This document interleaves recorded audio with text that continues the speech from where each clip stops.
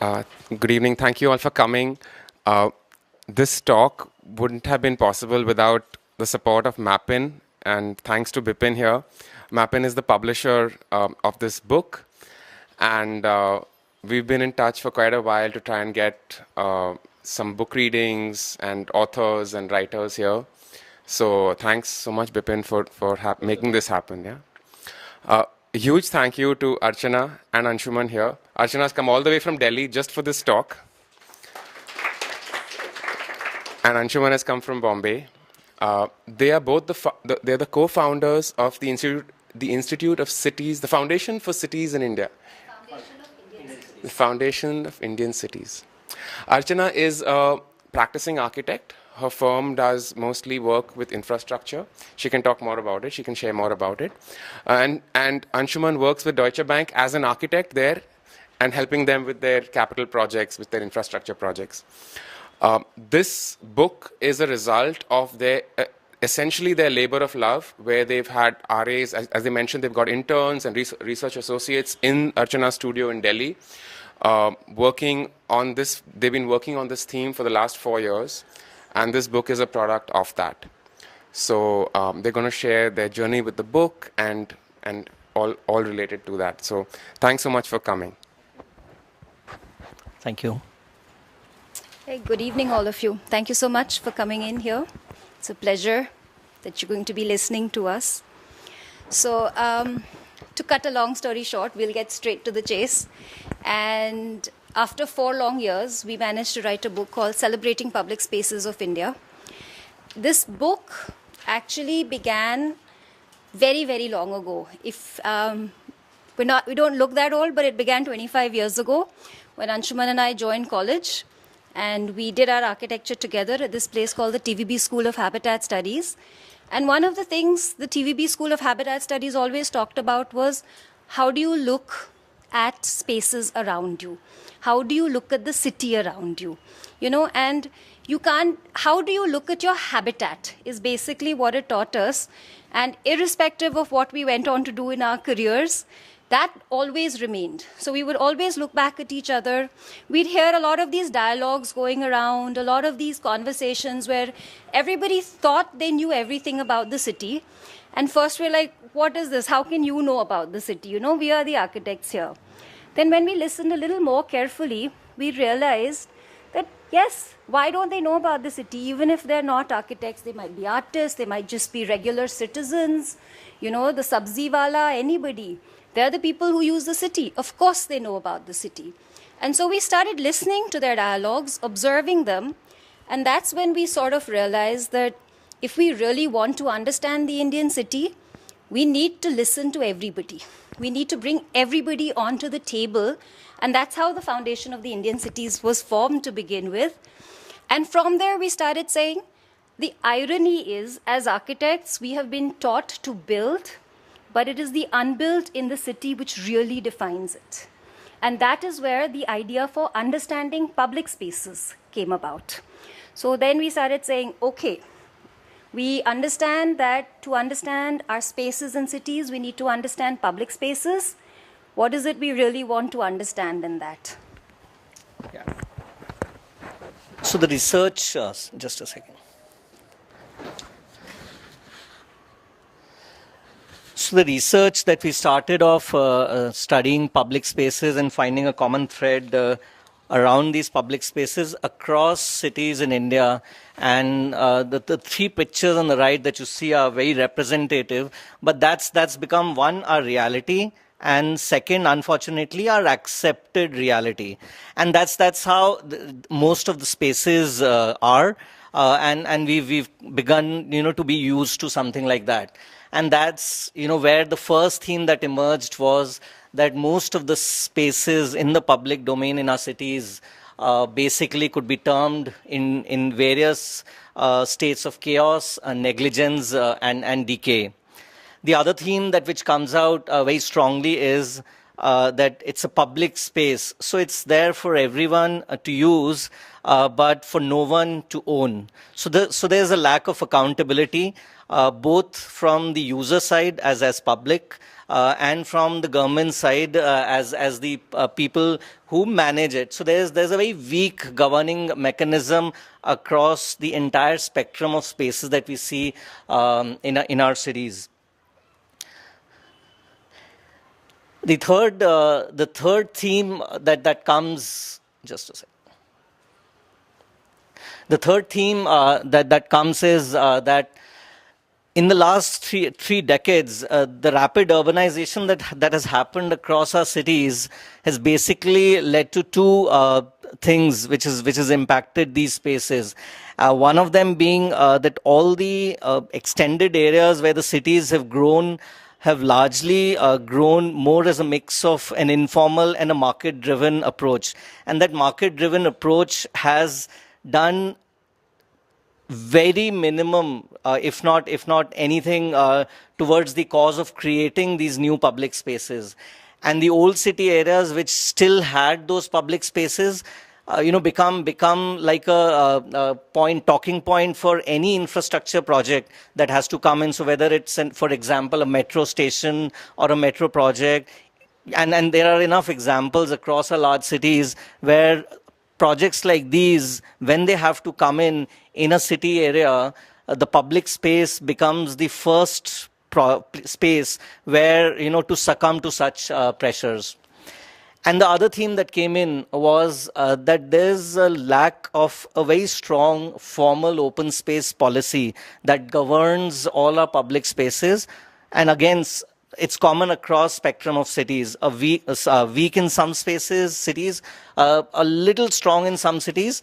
But wherever there is strong, it is largely to the tune of the mathematics of getting the percentages right, without bothering about whether the percentage of open versus built versus unbuilt is being delivered from a quality perspective into the city space or not. So that's something which became a very common theme. We add to that the fact that now as Indians, it's a globalized world. So people travel, architects, normal citizens, we travel, and our reference examples, we travel to places like Singapore, London, New York, across the globe. And when we come back and when we see spaces around our own cities, we do a direct comparison. And when we do our direct comparison, what happens is that our whole dialogue becomes very negatively biased. We immediately start writing off our spaces. And that's when, the whole, I would say the entity of that public space takes a huge beating across the spectrum of society, from everyone, whether it's architects or people, or all of us as normal citizens. Yeah, but even with all the negative things he said, we started looking around, and we did realize that there is a problem, true. But in spite of that problem, there are a lot of public spaces, in fact, in every city across the country, and they work to a certain extent, some well, some not so well. But the fact is that if we started to look at cities across India, we realize that all cities have a space at least. Many have more than one, where the city comes out. It begins to define that city. It begins to form the core and the essence of that city. Spaces where, whether it was for functional reasons, cultural reasons, economic reasons, all the public citizens were equal stakeholders in that part of the city, and they were who were responsible for making it work. So we started to ask ourselves that if physically, on the face of it, they seem so bad, why are they still happening? What is it that still makes them come alive at 4 o'clock in the morning in Dwarkadish, or at 6 o'clock in the evening in South Extension? What is it that makes these places still happen and work? And that is where our journey began, our journey of the gaze, which is what we like to call it, where we started to say, we're looking. We're looking at cities, we're watching them, we're observing them. And what we both really strongly said is we want to put the spotlight back on the Indian urban public space. That's what Celebrating Public Spaces of India is about, where we want to talk about and study the immense functional, social, and cultural value that these spaces bring towards improving the qualitative and livability index of our cities. And at some level also, we wanted to say many times in spite of architects, not because of architects. So these cities, these people are getting together in spite of bad design. And yet, what is it that is holding them together? So the whole idea of Celebrating Public Spaces of India is, let's put the spotlight back on. To put the spotlight back on, we needed to understand where to focus it, right? And that's what we want to talk about. Yeah. So essentially, the public spaces which had become incidental, largely ignored and unacknowledged. That's where the book tries, to put the spotlight and bring the public space, Indian urban public space, back into focus.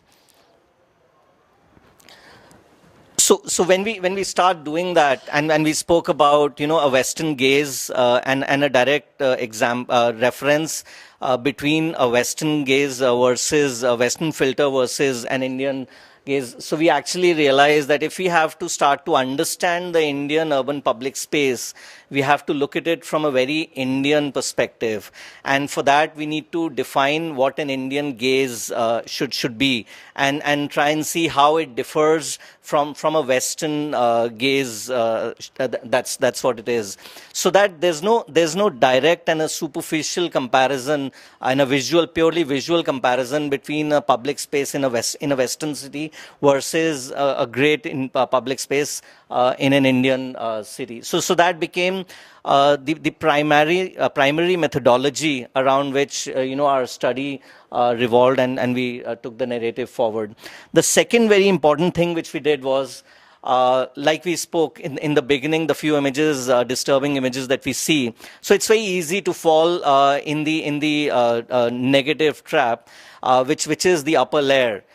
We chose that we'll swim a little deeper, and we'll go into the layer which is below, and we'll focus only on the vibrant happening and the celebratory construct of these spaces and what makes them lively and happening, and keep the negative aside for a different discussion.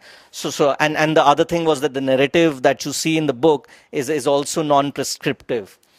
And the third important thing about while we were piecing the book together was that it broke one of our myths that we've all along had as architects, and a few of us at least would be here. Is that you think that you're the architects, so you know everything about the city, and you largely the profession who defines the city. So that's a myth, and that got broken. And we realized that a subject as important and as relevant as this, although requires a technical understanding of how the subject is treated, but when it's put together in a book, it's pieced in a very simple language, so that we can basically engage with a larger city audience and move beyond the architecture domain only. Otherwise, there are plenty of books on cities and spaces which are written by architects for architects sitting very comfortably in architecture school libraries. Yeah, and the other thing, if you go through the book, is it's basically when we try and engage with a larger audience which goes beyond architecture. We basically did a healthy mix of essays, pictures, a lot of graphics and drawings, and communication tools which would basically make the message much more simpler without losing the essence of what we're trying to convey. So to understand the city, we had to first decide what is the criteria for our selection of spaces, because that was the most difficult part of our exercise. The only thing we were sure of was we knew that there were 4 parameters, what we called our constructing framework, on the basis of which all the spaces had to fit into, right? So as part of the framework, the first idea was we are talking about Indian.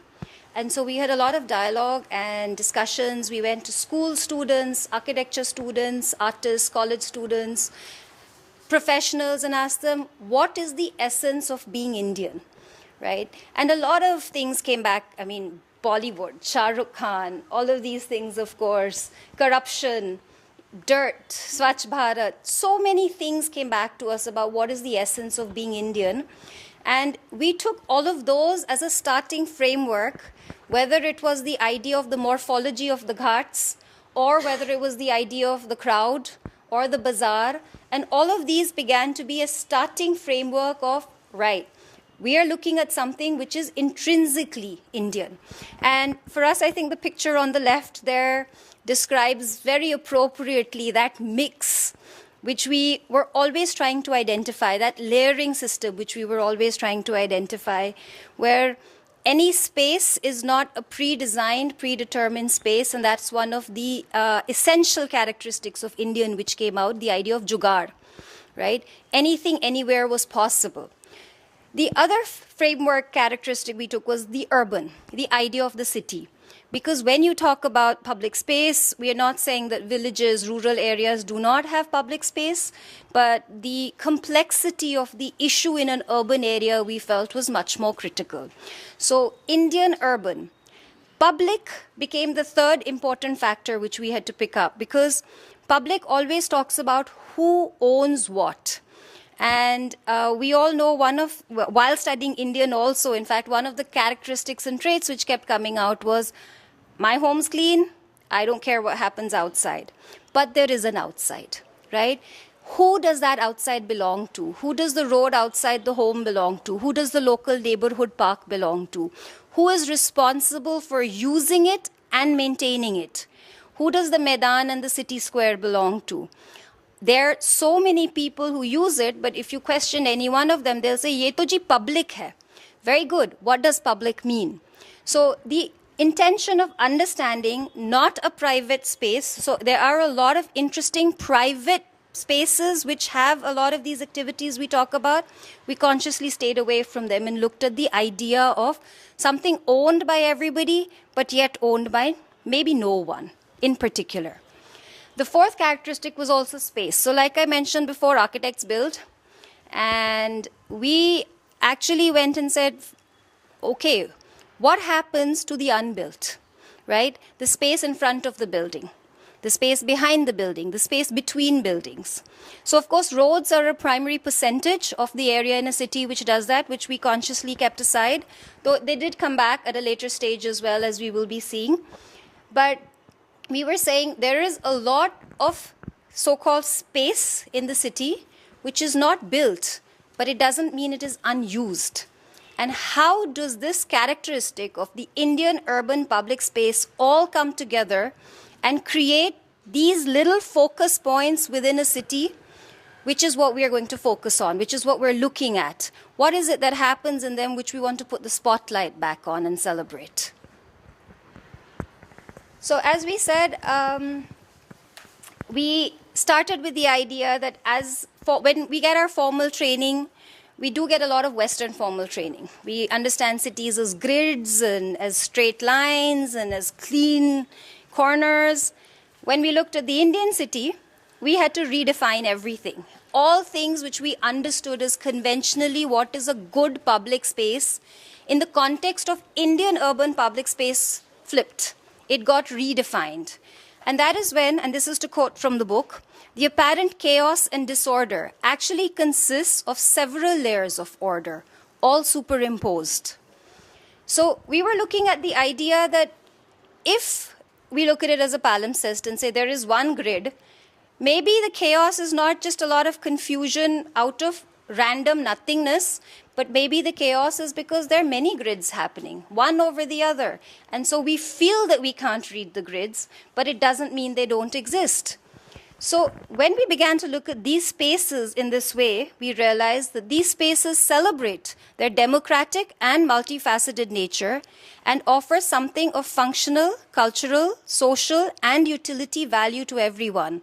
And that became the crux of what we understood as the essence of public spaces in India.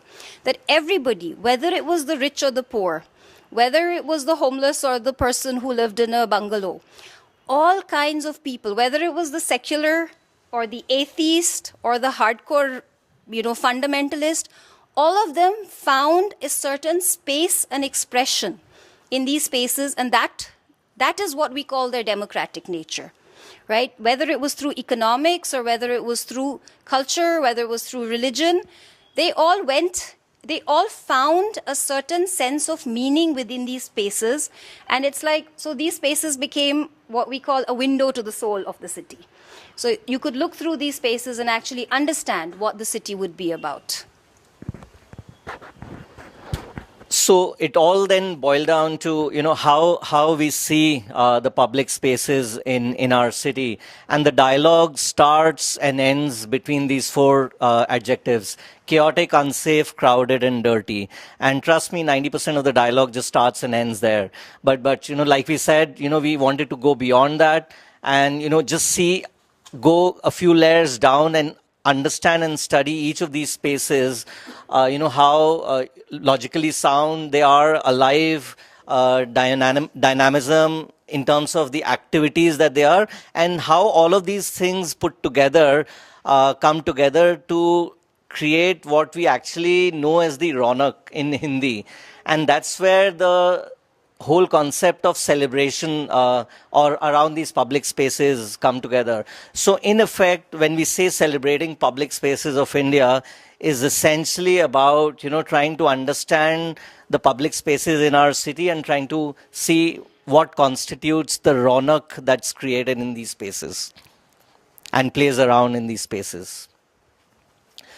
So when we move further and we look at getting into specific examples, it can't be done without putting things into a bit of structure. And although the complexity of the spaces that we were looking at would mean that a particular space would probably fit into 2 or 3 of such descriptions, but we had to choose these broad 6 or 7 classifications under which we could classify a particular public space.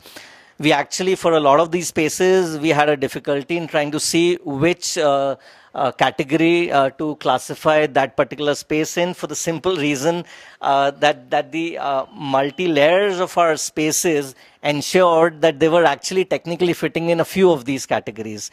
And hence, we picked up the primary function of that particular space and whichever of these categories it basically related to. So then all the examples that we've picked up across cities basically fall under these kind of broad categories. That's how we've categorized those spaces.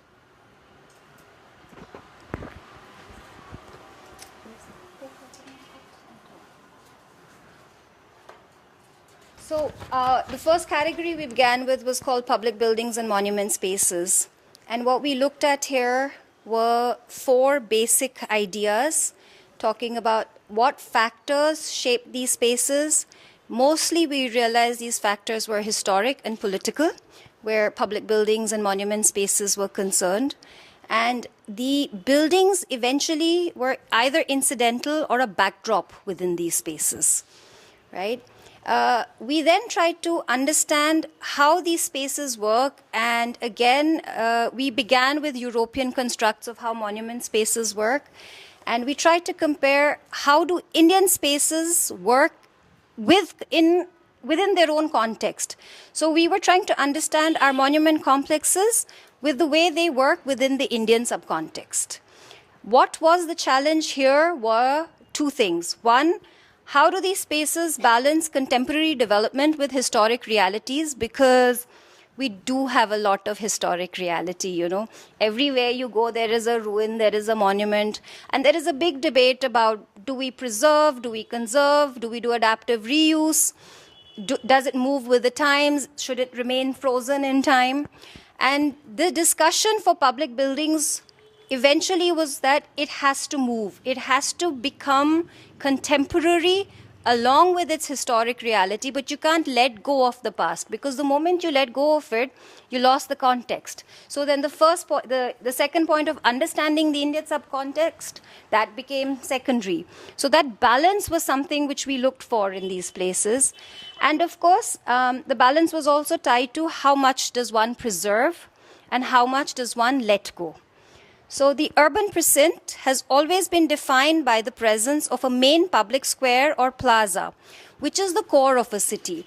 This has been the historical basis which we started with, but what we looked at was how much of a role do they play in the city currently, today. For example, one of the examples which fascinated us was the Charminar in Hyderabad, because as we quote from the book, this exemplified this for us. Some of these spaces are struggling to keep pace with the evolving, fast-moving world around, showing traces of its past at the core, although the parts around have evolved, transformed with contemporary overlays. So when we were talking about, is it chaos, or is it just so many layers which are coming together that we need to peel each layer, we need to identify each layer? What is it that's happening at play? It's so easy to say, look at it, this is so congested, the traffic makes no sense. But then when you look very carefully, you begin to realize there are certain patterns of movement which are visible into it. At ground level, hierarchies of pedestrian, vehicular, even, I won't say encroachment, but even those temporary stalls, vis-a-vis the permanent shops, all of them were playing a dialogue with each other. They were all enacting theater play with each other, which is what the ground reality of this place was. At the second level, when we talked about, that was related to historic monuments. But for us, then the other category we began to realize was there is another set of city squares, which may be historic, but they're defined more for their cultural value in the city rather than the historic value in the city. So these places had the effort to reconcile the scale of larger cities with the need for accessible cultural space. This is an interesting challenge which manifests itself strikingly across many places in India. So when we were looking at these spaces, what were we looking for? We were looking at city squares which form the nucleus or the core of the city.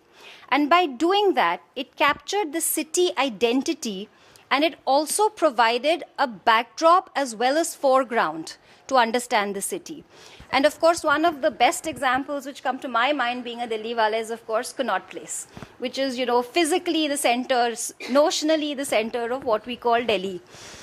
Then we talked about the idea that city squares acted as stabilizing forces. So they were unbuilt spaces, but they were what prevented the crowd and the chaos from overtaking the city, from whether it is providing a breath of fresh air, whether it is providing a pause point in a busy city.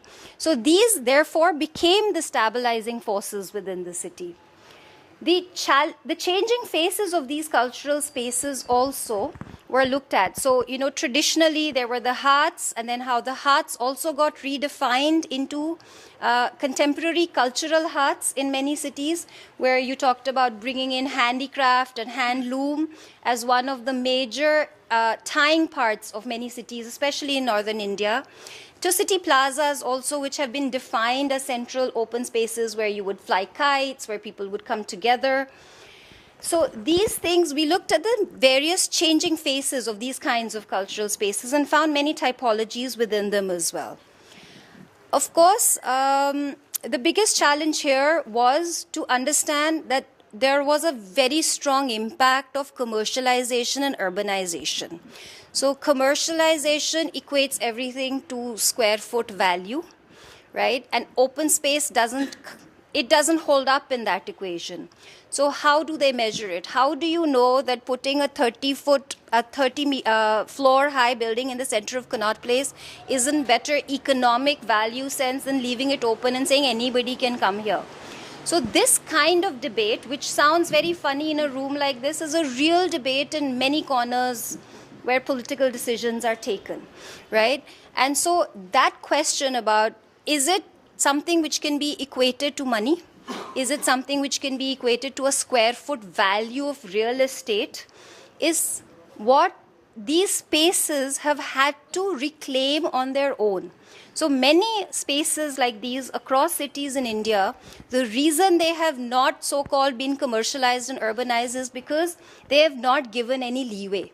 They have kept their own, right? So they've not allowed developers and builders to come in because they are so much a strong part of the memory of that city and the use of that city at the moment that the square foot value rate became of no value whatsoever, right? And that is what has been interesting about these spaces. So as the fundamental component of the city structure, urban squares contribute to the image and prestige of the city and are intrinsically tied with its authority. Though ironically, we've put up a picture of Pragati Maidan here. Pragati Maidan, I don't know if many of you know, is one such space which is actually struggling today, right? So built in the 70s, it's been representative of the whole iconic modern India and as a public space. And yet today it is struggling to hold forth in its own identity where they want to demolish these buildings and actually, build convention centers and hotels and other kinds of things here. So this dialogue about can that space hold its own or can the people hold their own is something which, changes every day. It's continuously happening. You want to do this one? The other classification, and a very interesting one that comes up, is about around city-level urban parks, maidans, and urban forests. So that's around the green in the city, and that's something again which over the years has become incidental, and something which we have probably lost a very strong focus on. Again, just to quote from the book, city-level parks and maidans are the breathing spaces, both functionally and morphologically, often forming an oasis of bliss, comfort and leisure, while the fast-paced hustle-bustle of the city happens all around. Whether it's at a large neighborhood level or at a city center level, but the value that these parks, maidans, or the urban forests bring into the city fabric is immense.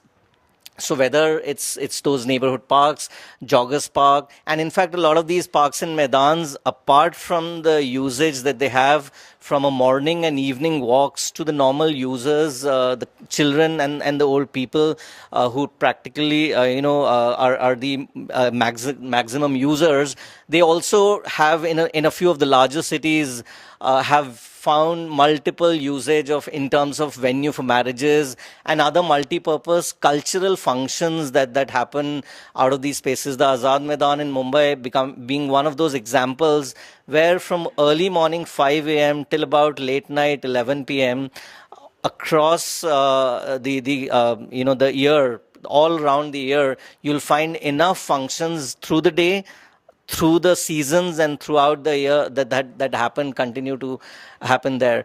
Challenges that we face around these are again a few of them which Archana just mentioned in context of Pragati Maidan in terms of retaining the ones that have already been there in the fabric to the pressure of the infrastructure development that happens. And while at the same time trying to make a case of that while we expand our cities, do we really build in space for these public parks and maidans at a city level? That's something which is questionable and actually has a very poor answer that we've seen basically. So safeguarding, what we've seen has become a factor of practically activism, where the decision-making authorities in the city, because of the pressures of space that the city is going through and the development pressures that the city is going through, actually consider these spaces as the best options to actually take available land. And activism in a lot of cases it comes into play to protect spaces like these. And again, in the recent past, we have many such examples across many cities where the master plan has to be, changed or altered just because some activist groups and active citizens have taken up the cause of safeguarding such spaces, which is actually a very sad part. From a political and a cultural perspective, the Maidan that was there in the original context of an Indian city, whether it's the Ramlila Maidan in Delhi or the Azad Maidan in Mumbai, and many such cities which have a city-level Maidan as a focus of the center, the Maidans form the arenas where the political and the democratic functioning and its mechanism of dialogue, both from a view perspective and protest from a counter view perspective, were played out. And this got the most beautiful example of this was when Arvind Kejriwal decided that they'll have a swearing-in ceremony for the chief minister in the Ramlila Maidan.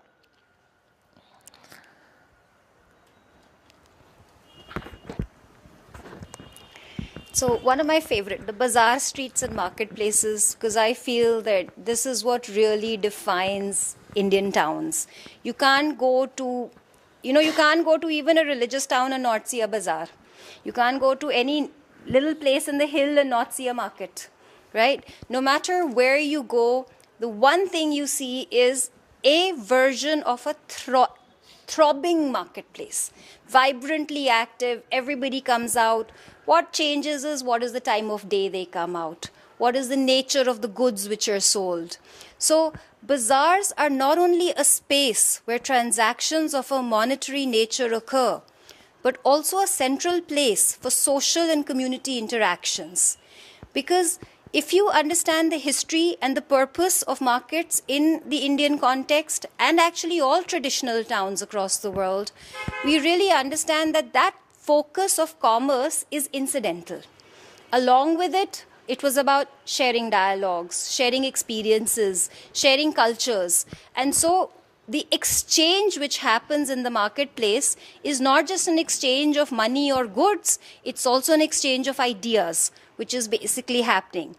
And yes, if you go to an Indian bazaar, it seems crazy, right? But we did realize there is a method to the madness. There is an underlying logic and hierarchy and calculations that lay the foundations of our marketplaces.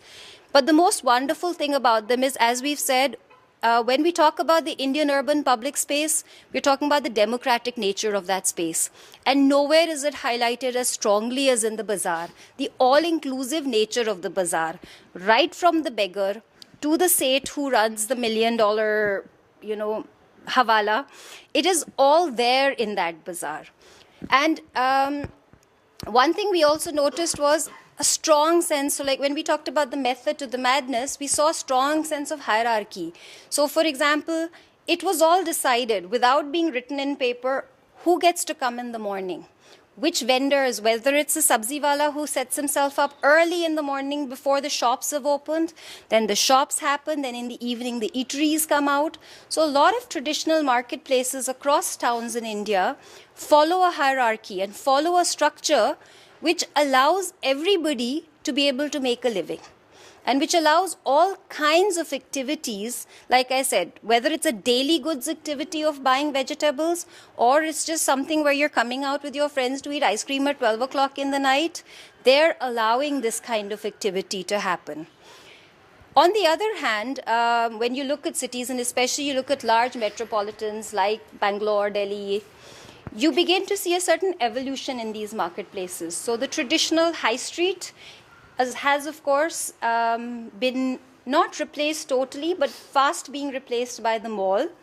And then we begin to ask ourselves, how different are what we call these organized malls and chaotic bazaars, right? Do we begin to see replicas within the mall of activities which we were seeing in the bazaar? So to some level, a lot of the malls in India have the highest number of kiosks and small shops compared to any other part across the world. I think that comes from our understanding of the bazaar. Similarly, we have the highest number of window shoppers across the world also, right? And if you look at statistics in malls, food joints and eateries do the best business compared to any other outlet. I'm not saying that malls are bazaars, but I'm saying that there is a lot we can learn, and I feel a lot of these mirror changes which begin to happen are in some way indicative of how we are taking our public spaces into new typologies of building also. So these markets serve a functional purpose to the city in terms of availability and consumption of latest goods. But they are also a part of the story of the city for the visitor who wants to experience the zeitgeist of that space. So a lot of these bazaars also belong to the historic category of historic monuments and spaces, whether you look at the Tripolia Bazaar or the Charminar we were looking at. Many of them are not just bazaars to buy, they are part of the daily activity, but they are also what bring tourists in. Because for them, that association with what is a public space in India is tied up with the language of architecture, which is associated with it.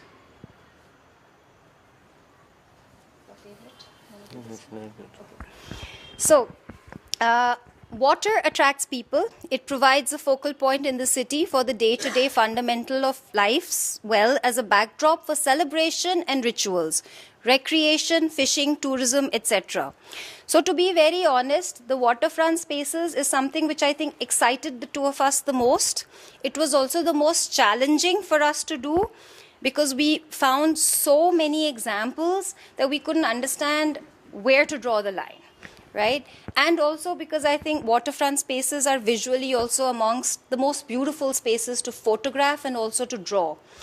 Also, when we try to understand waterfront spaces, we identified three types. So we understood that waterfront spaces in India are defined by what we call a varying threshold. So there is water, there is the build, but it is the threshold which keeps varying. So whether it is the beach, as happens in the upper example, or the formalized paved structure, as happens in the middle example, say in the Sabarmati riverfront, or the ghats, which are very much part of what is the Indian psyche, the waterfront space with the varying threshold became a very important public space, which could either be geographically defined or usually geographically defined, in some cases, yes, man-made, and in a third instance, a geographically defined space which has been worked on with human intervention. So looking at these things, the questions we asked ourselves were, why are so many lives and livelihoods revolving around these water bodies? So, of course, historically, you could understand the importance of rivers and spaces around them in India and around the world as means of carrying goods, carriers. But in India, the sacred component also became a very strong factor of why waterfront spaces also developed. The successful integration of development projects and waterfront spaces and how the formal emergence of new types of waterfront spaces was an interesting study for us. Like we mentioned before, the riverfront development of Ahmedabad is perhaps one of the most well-known examples and most talked about examples also. And it was coincidentally one of the first types we went to study when we started our work, and it was also the last type we actually went back to draw. So that is a space we studied across for the 4 to 5 years we worked on this project. And it started with, oh, but nothing's happening here. This is so dead, They don't know how to make it alive. And then in the 4 years we kept going back to it. What we realized was it's making its place in the city. And so that was also an eye-opening thing for us about understanding, celebrating public spaces, that if the space is worth it, it will make its own place in the city. No matter what you do, what design you do, if it is not adopted by the people, it's not going to go anywhere. So unless the people slowly bring it into their collective memory, bring it into their daily use patterns, that's the only way you can put the spotlight back on a public space. So you have to make that space for the people. And this is something we understood while studying that. Of course, here again, the idea of the Indian gaze over the Western was a very strong dialogue which Anshuman and I had with each other, because whenever we looked at waterfront development as examples, we saw these really beautiful, exotic Dubai and London and all these pictures, right? And then we said, why are we not able to achieve this? And that's when we realized, of course, how many other layers are beginning to happen. Yes, we are having decaying rivers. Yes, our rivers have to deal with a lot of other things, bodies being put into them, aartis happening on them, all kinds of things which have water disputes, all kinds of things which are happening along them, which you want to question whether is the only approach the riverfront development approach? Are there ways where we need to re-look at these waterfronts? One thing we need to mention here is most of the waterfronts, say a place like Banaras, for us, it was a very long dialogue. Do you put it here or do you put it in religious spaces, right? Because it's a solid waterfront. It is what defines the true essence of the Indian urban public space in the waterfront category. But why do we end up putting it in the religious space category? So like we said, many of these belong to both, more than one set of spaces. It belonged very strongly to the bazaar also. But we put it eventually where we felt its primary function in the minds of the citizens were, not architects and academicians. So that is why it got there, though, for us, we would have wanted to talk of it as a waterfront space, which is uniquely Indian. So riverfronts are predominantly formal design interventions, and their dialogue with the river is visual, while the ghats are more intricate spaces within the city, and their dialogue with the city is experiential. So when we talked about waterfront spaces, this is the major dialogue which we were having. The idea of the formal riverfront development, which has a visual dialogue with the city, and the idea of the traditional ghat, which has a sacred and experiential dialogue with the city. And this is Rishikesh, which we felt was one of those where it actually managed to create both sets of dialogues very strongly. And so one of the strongest categories, the most debatable category which we had discussed while talking about it, the most obvious one at some level also, because when you think about public space in India, you cannot, and you talk about culture and society, you cannot dissociate it from religion. Right? So this category became something where we found so many examples. Every city has a religious space which has something to say. And the most interesting thing about religious spaces which we found across the whole country was they were very public. We don't have a concept of a private religion in this country, right? Everything is out there on the road. Okay, so the overall experience of the religious space, its physical form and attributes, activities and surrounding spaces for associated public activities, all come together to form an overall sense of place and an emotional bond between people and the place against a canvas of religion.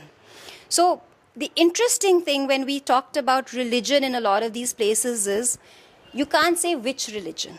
That was the best part of this study. So even a Banaras, you could never say which religion formed the canvas. They all came together in that. So it may seem that Banaras is a very predominantly Hindu town, but we found equal expressions of Islam there also. We found equal expressions of Sufism and the Bhakti movement there. So all these places where we started saying, oh, we know what religion this place is, we know what is the predominant culture of the place, they all broke our myths when we eventually studied those places. But what was the question which we wanted to ask while we were looking at this was, what do religious spaces in a city tell us about the society? Because eventually, all of these spaces where you're looking at vibrant public spaces where religion is an important aspect, it's tied very closely with culture. And it's also therefore tied very closely with the people of that place. And then the people of that place are not necessarily right-wing or fundamentalist people, but they are people for who religion is as much ritual as belief system. We also looked at spatiality as part and parcel of the constitution of any religion, and how different towns are formed as a morphology because of the way the rituals are enacted of that religion in that town. And especially in India, you have a lot of these historic temple towns. You have, for example, something like a Haridwar, which exists because of the Har Ki Pauri. So a lot of these spaces were developing the morphology, and it was making its own space and its own crevices and nuances because of the ritual of activity which was involved with that place. The biggest question, I think, which we've always asked is what makes these religious spaces authentic? We don't have an answer. Authenticity is not something which we can say, because, authenticity at a historic and a conservation level always went back to, was this the original building? But if you look at most thriving places in India, whether you're looking at an Ajmer Sharif or you're looking at Pushkar, the original structures do not remain. And the fact that they do not remain, and the fact that they have over the years continuously again and again been rebuilt, is actually the symbol of their aliveness. So authenticity is an aspect which we had to explore, where what is it we are looking for? We're definitely not finding material authenticity. And if we were looking for material authenticity, then we would probably go to that last category, which was the historic monuments category, where we're looking at monuments frozen in time. Any living space had to have, had repairs, have rebuilding, have reconstruction, something happening over it. So the fact that, say, a prayer has happened in a Kashi Vishwanath temple continuously for the last 2,000 years, is that authentic? Or is the Taj Mahal, which has been built with the exact same marble and no repairs have happened, which have not been outside its conservation premise, is that authentic? This begins to become a very important question when you look at public space as against building, in this case.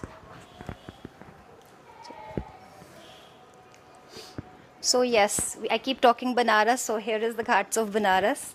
The strong connection between urban space and religion can be enlightening when we carefully observe the ways in which religious movements, ideas, and practices circulate in contemporary cities.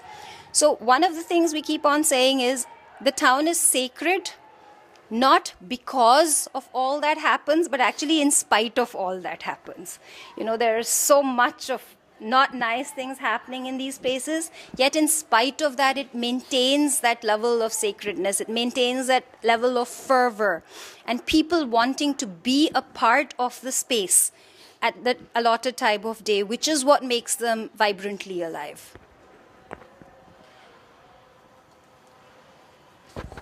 So that brings us, to the messages that come out and the themes that come out of the whole analysis that we've gone and through. And in effect, if we were just to say, summarize, the two pictures on the right that you see, this is a single boundary wall in one of the most prominent cities today, and one picture is just outside that boundary wall and the other picture is just inside the boundary wall, which summarizes our whole callousness and attitude towards any space which is in the public domain. For all of us, the space outside in the way it is actually, is acceptable, which ideally should not be. And in the inside, because it's private, it's public within a private domain, we strive for excellence and we achieve it. There's no reason why as a populace and as a government and as a society, we can't strive for what is there in the lower picture in a public domain. And the reasons that come out, we've discussed partly in the beginning also, is that, a lot of our expansion has happened as a factor of market-driven private development. And when a market-driven private development happens, the land is an asset, and when the land is an asset, per square foot and dollars take those decisions. And when the dollars have to take the decisions, then there's very few cases where the open space would actually be a component of the development that you do. And that's what it is. So most of our towns, and it's true for the town that we are sitting in today also, last 3 decades, if we were to see, the growth has largely been driven by the private development, and the physical infrastructure which we had to provide as from a government perspective basically at best tries to keep pace, and a very distant pace with the growth model that we have. And like we otherwise said, that, a lot of these public spaces in the core areas, succumb to the pressures of development and infrastructure that we've seen. The typical urban form, from a muddy, amorphous edges along the roads, lined up with, formal and informal retail space, and a very indiscriminate and chaotic, parking, whoever finds space wherever, with some beautiful gated communities behind. And that's become a reality of a lot of our towns and the way they exist today. The sad part, we won't say the sad part, but the challenge that comes out of all this is that municipal corporations have had limited control over this apparent disorder. And for the simple reason, if we were to just summarize, and again, that's also a complex subject, but if we were to just summarize in a single line, it doesn't work in the way and in the manner and in the level of control that it should from an ownership perspective, in terms of the caretakers of that space. So who actually is the caretaker of that public space or the space in the public domain? It's actually the municipal corporations, and the weak link there actually plays out in most of our spaces. So what we end up being, in our cities is that the livable quality of these spaces compares very poorly when we take references from Western examples, and that's where the negative construct starts to build in, and that's obviously a challenge. But that was not the although we acknowledge the challenge, but the point was that we focus on the characters and the vibrancy and the liveliness of the spaces. So the constructive themes that came out was that there was a unique character and liveliness which could be associated with most of these spaces. Most of the prominent spaces in any city were beautiful and fantastic and culturally extremely alive.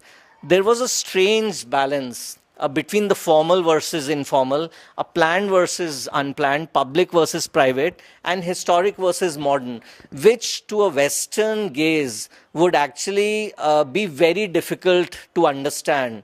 But like we've discussed, that when we look at all the layers that constitute, we can actually start to decipher the complexity of those patterns. We also, found that many of these public spaces have evolved beautifully, both functionally and spatially, to adapt with the dynamism of the evolving city around it. Thereby, the extra layers make it more richer and stronger, a stronger component in the fabric of the city. And the vibrancy, liveliness, and the ronak, and the strong cultural influence, the festivities which largely play out in these public spaces, leading to a sense of celebration associated for the citizenry in context of these public spaces. The multitude of functions which allow each other to coexist. Most of these spaces, like we've discussed and we've analyzed, are not unifunctional. They're multifunctional during different times of the day. So different times of the day, different functions, different stakeholders, different owners from a utilitarian perspective, and different boundaries. And all these things get beautifully negotiated throughout the day to form the patterns around and the characters around these spaces.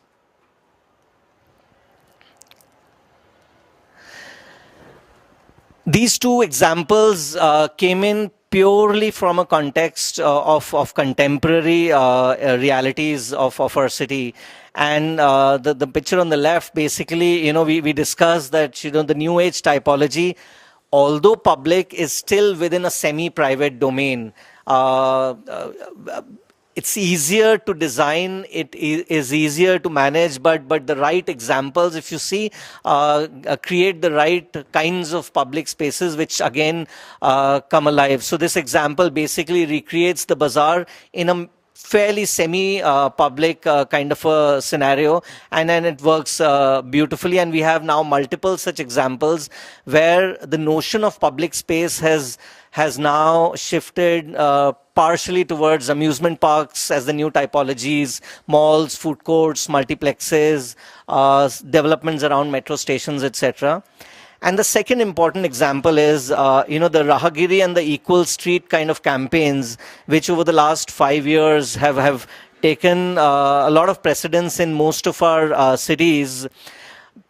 Do two very important things. So while at one level they try to salvage the public space for the pedestrian and the cultural activities for a particular period of day in a week's time, so from a Sunday to Sunday, what it also does is it re-emphasizes the sheer unavailability of public spaces, while reinforcing the socio-cultural importance of such spaces within the city fabric. And the lesson there would be that spaces like this, which get evolved, which get created as part of these campaigns, should not be a once a week, once a quarter a year kind of a space, should actually be the reality of an everyday space in all our cities. So in the end, the concluding message basically becomes that it's now time, while we are at a crux in our country, where more importantly today, where we are in process of spending a lot of funds and a lot of effort into rebuilding a lot of our cities, it's time that we reappropriate our attitude and our culture towards the public open spaces so that they find the right place for them in the contemporary city fabric. And that becomes, basically the message of the study, of the book. Yeah, we want to do the film. Kush, we just want to... Yeah. Just lights off, please. Lights off. We have a small film on the book which tries to explain again. Tries to capture the essence of the book is what we feel. We'd just like to share that with you. So, but one of the things we do want to end saying also is, at a larger level, the way we want to take this book forward and this whole idea forward is, to get out and tell people that public spaces belong to you. They are your domain, but you need to reappropriate them. You need to reappropriate them by using them, not taking your car in them, but taking your kids in them, walking in them, actually using those spaces the way they're meant to be used.